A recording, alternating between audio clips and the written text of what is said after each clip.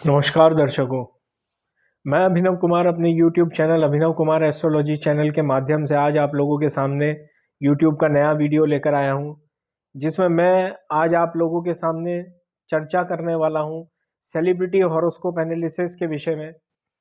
Celebrity horoscope analysis के में मैं पहले भी कई बार आप लोगों के सामने अलग अलग सेलिब्रिटीज़ की कुंडलियाँ लेकर आ चुका हूँ, जिसमें मैं कई फिल्म स्टार्स, पॉलिटिशियंस या क्रिकेटर्स की कुंडली लेकर आता हूँ, क्योंकि जिनके जीवन से हम लोग रूबरू हैं, जिनको हम लोग जानते हैं, पहचानते हैं, समझते हैं।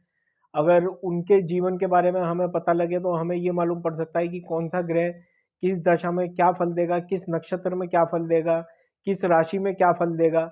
और यही सब उत्सुकतावश जानने के लिए मैंने ये अपना ज्योतिष का ये चैनल और ये प्रोग्राम बनाया है, जिसमें मैं आप लोगों के सामने नए नए तथ्य, नई नई रिसर्च जो मैं करता हूँ उसके बारे में आप लोगों के सामने मैं डिस्कशन करता हूँ।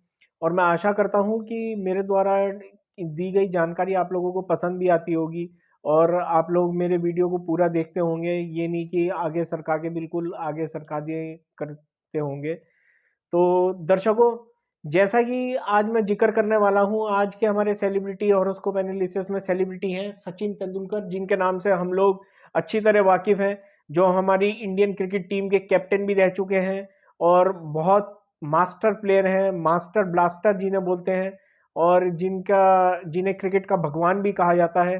तो आज हम उस भगवान की कुंडली के ऊपर निरीक्षण करेंगे या परीक्षण करेंगे और जानेंगे कि क्या उनकी कुंडली में ऐसे योग थे कि जिन्होंने उन्हें इतनी ऊंचाइयों पर इतना महान खिलाड़ी बनाया, और किन योगों के कारण उन्हें इतनी सफलता अर्जित हुई और किन योगों के कारण वो इतने बड़े सेलिब्रिटी बने। आइए दर्शकों, निगाह डालते हैं, सीधे जन्म पत्रिका पे निगाह डालते हैं। और ये कुंडली शुरू होती है सिंह लगन से। सिंह लगन का मालिक बनता है सूर्य। तो सिंह लगन का मालिक बनता है सूर्य। सूर्य क्या है दर्शकों? सूर्य हमारे पिता के कारक हैं, सूर्य हमारी आत्मा है, सूर्य हमारा कॉन्फिडेंस है, सूर्य हमारी बोल्डनेस है, सूर्य हमारे मुखमंडल का तेज है, सूर्य प्रकाशवान है, सूर्य ऊर्जावान है, सूर्य में बहुत ताकत है, सूर्य किसी के उगते सूरज को सलाम है दर्शकों। तो दर्शकों, सूर्य जिन अब ये देखिए लग्नेश बनकर 9th हाउस में, पहली बात तो 9th हाउस में वैसी प्लेसमेंट बहुत बढ़िया हो गया, और 9th हाउस में उच्च का सूर्य आया दर्शकों। तो उच्च का सूर्य इन्हें किस प्रकार की पर्सनैलिटी देगा? ऐसा आदमी अच्छा होता है, ऐसा आदमी बोल्ड होता है, ऐसा आदमी वाकपटु होता है, ऐसा आदमी पिता का सेवक होता है, ऐसा आदमी अच्छी अंतरात्मा वाला होता है, अच्छा ज्ञान उसे होता है, कॉन्फिडेंट होता है, ब्लंट होता है, इंटेलिजेंट होता है। और दर्शकों, सूर्य प्रधान वाला आदमी कभी भी जिंदगी में मात नहीं खाता, क्योंकि उसके मुखमंडल पे सूर्य का उसका प्रकाशमान एक तेज होता है और उसे कोई दबा नहीं सकता। ऐसे आदमी को कोई दबाने की कोशिश करे, कूद कूद के और आगे बढ़ेगा। तो दर्शकों, यहाँ पे देखिए सूर्य का शुक्र के साथ विराजमान होना, शुक्र यहाँ पे फैशनेबल बनाएगा। शुक्र पत्नी का कारक भी है, और शुक्र मेष राशि में, सूर्य यहाँ पे उच्च हुए, तो लग्नेश ही उच्च राशि के हुए।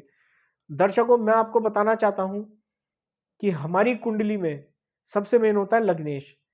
यहाँ 12 भावों में क्या राशि है ये सब भूल जाइए। पहला भाव हमारा लगन का मालिक, यानी लगन का मालिक किस हालात में, अगर लगन का मालिक बहुत अच्छे हालात में है, बहुत अच्छी स्थिति में है, तो ऐसे आदमी को तरक्की करने से कोई नहीं रोक सकता, और वो इनकी कुंडली में हुआ है। लगन का मालिक सूर्य उच्च राशि का दर्शकों, और भाग्य स्थान में, जो कि बहुत बढ़िया प्लेसमेंट हुआ। और भाग्य स्थान का मालिक स्वयं उच्च राशि का दर्शकों छठे भाव में। छठे भाव में वैसे भी क्रूर और पापी ग्रह अच्छे माने जाते हैं, और यहाँ पे मंगल उच्च के हुए, लग्नेश उच्च के, भाग्येश उच्च के। दो सीढ़ियां तो इन्होंने, दो कड़ी तो इन्होंने पार कर ली। और दर्शकों, खिलाड़ी बनाने का सपना, खिलाड़ी बनने का सपना, ये सब मंगल से देखा जाता है, क्योंकि जो खेल तो हम बहुत सारे खेलते हैं, बैडमिंटन, टेनिस, चेस, जिसमें इंडोर आउटडोर गेम्स होते हैं, पर इंडोर गेम में तो आपको दिमाग की जरूरत पड़ती है, आउटडोर गेम्स में आपको शारीरिक बल की जरूरत पड़ती है। तो शारीरिक बल कहां से मिलेगा दर्शकों?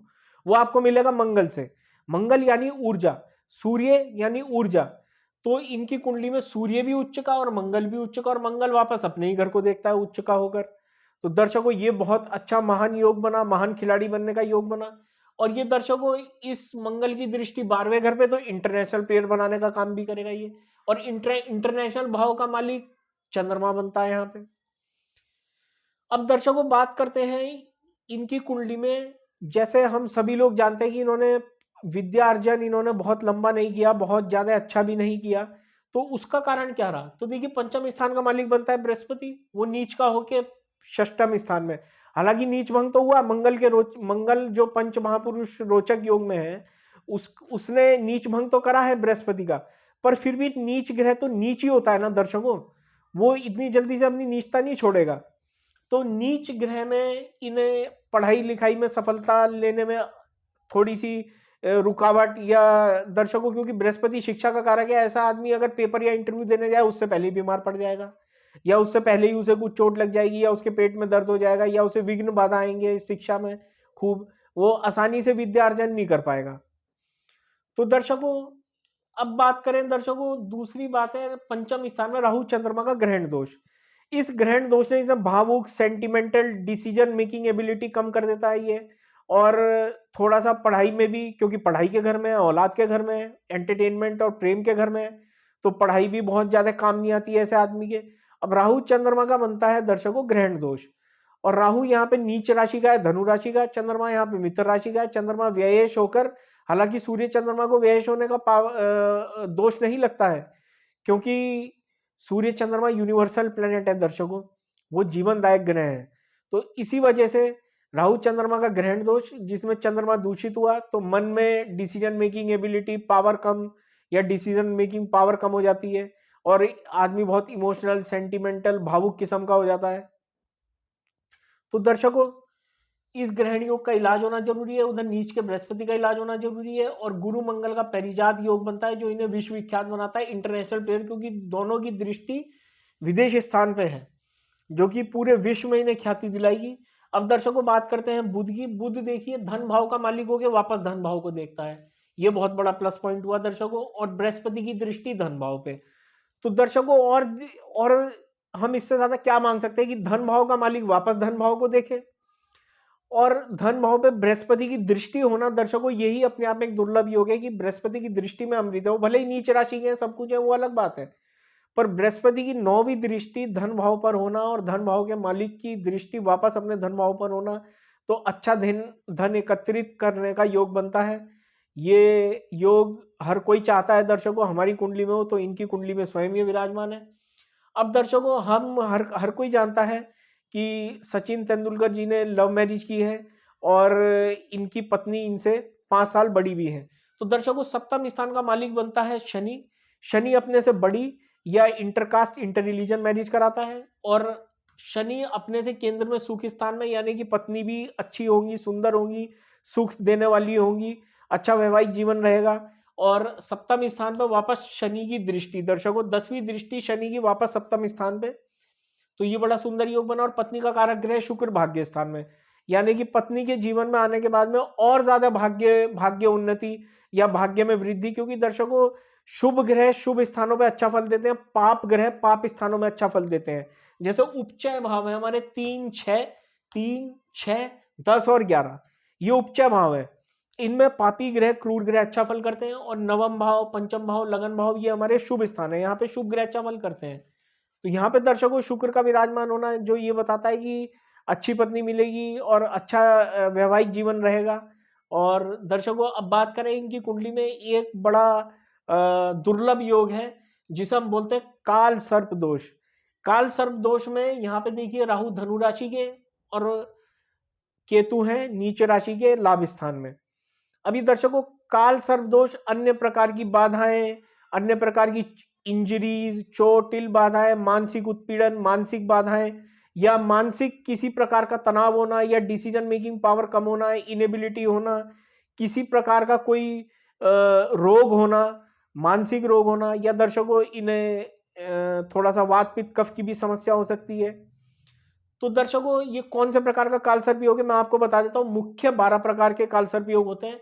पहले घर से अगर राहु होता है अनंत, दूसरे से कुलिक, वासुकी, शंखपाल, पदम, महापदम, तक्षक, कारकोटक, शंखचूड़, पाठक, विषधर और शेषनाग। अब दर्शकों इसमें कालसर्प दोष बनना है पंचम स्थान से, जो बनता पदम नामक कालसर्प योग। तो दर्शकों इसकी ने नारायण नागबली त्रिपंडी में जाके शांति करानी चाहिए, या त्र्यंबकेश्वर नासिक में जाके इसकी शांति करानी चाहिए, महाकाल उज्जैन में जाके इन्हें शांति करानी चाहिए, जिससे इन्हें बहुत रिलीफ मिलेगा अपने कष्टों में, या अपने जो भी इन्हें थोड़ी सी मानसिक उत्पीड़न या फिर इन्हें किसी प्रकार का भय लगना, किसी प्रकार की चिंताएं करना, तो इस तरीके का जो योग होता है दर्शकों, वो इसी कालसर्प दोष से उत्पन्न होता है। और दर्शकों, इस कुंडली में और क्या उपाय कर सकते हैं? बृहस्पति के दान कर सकते हैं। बृहस्पति इनकी कुंडली में नीच राशि के हैं। यहाँ राहु का भी दान कर सकते हैं। इधर सूर्य को, लग्नेश को बलवान करने के लिए माणिक्य रत्न धारण किया जा सकता है। शनि की आप पूजा कर सकते हैं। मंगल की आप पूजा कर सकते हैं। मंगल को जितना आप स्ट्रॉन्ग करेंगे उतना ही आपके अंदर रेजिस्टिविटी, कैपेबिलिटी और आपकी प्लेयर बनने की क्षमता बरकरार रहेगी। जो और कैसे ये इंटरनेशनल प्लेयर बने ये भी मैंने आपको बता दिया कि गुरु मंगल परिजात योग की दृष्टि 12वें घर पे है, जो कि विदेशी स्थान है। तो पूरे विश्व में इन्हें प्रख्याति, पूरे विश्व में इन्हें नाम उजागर किया, पूरे विश्व में इन्हें प्रसिद्धि मिली है दर्शकों। और नवम भाव का सूर्य वैसे भी अच्छा माना जाता है और ये सूर्य उच्च राशि का है, उत्तरायण का जन्म है।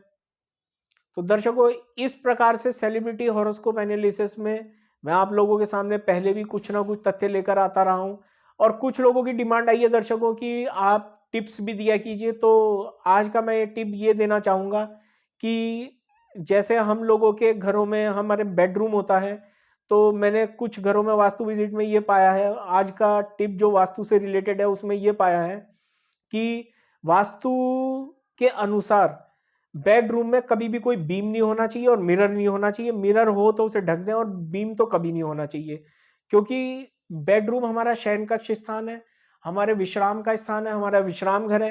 तो हमें अच्छी नींद आए या हम अच्छे से सोएं ताकि हम अपने जीवन में सुबह उठकर अच्छा कार्य करें, पूरे जीवन भर अपनी दिनचर्या में सफल रहें, तो उसके लिए अच्छी नींद आना आवश्यक है। तो आज का मेरा वास्तु टिप यही है कि आप अपने जीवन में वास्तु का ख्याल रखें और सोने विश्राम कक्ष में, कभी भी बेडरूम में आप बीम के नीचे ना सोएं और खुला शीशा ना, मिरर कभी भी ना हो आपके कमरे में, हो तो उसे ढक दें। तो दर्शकों, आने वाले समय में भी मैं आप लोगों के सामने ऐसे ही रोचक तथ्य भरे वीडियोस लेकर आता रहूंगा और नए नए वास्तु के और भी टिप्स, और भी ग्रहों के टिप्स, उपाय मैं आप लोगों के सामने डिस्कस करूंगा, जिससे आप लोगों को और भी ज़्यादा जानकारी मिले और अच्छा लगे और आप लोग मेरे से जुड़े रहें। और दर्शकों, अगर आपको मेरा ये वीडियो अच्छा लग रहा है तो कृपया मेरे इस वीडियो और मेरे द्वारा दी गई जानकारी से खुश अगर आप हैं तो मेरे इस वीडियो को फॉरवर्ड करें, मेरे वीडियो को लाइक करें, मेरे यूट्यूब चैनल को सब्सक्राइब करें दर्शकों। और आने वाले समय में हम यूं ही मिलते रहेंगे। और आज के लिए मैं अपनी वाणी को यहीं विराम देने से पहले एक बात और कहना चाहूँगा दर्शकों, अगर आप लोग मुझसे सीधे ही संपर्क करना चाहते हैं तो मेरा व्हाट्सएप नंबर है 9897823599। तो दर्शकों, आज के लिए बस इतना ही। इजाजत दीजिए मुझे। नमस्कार।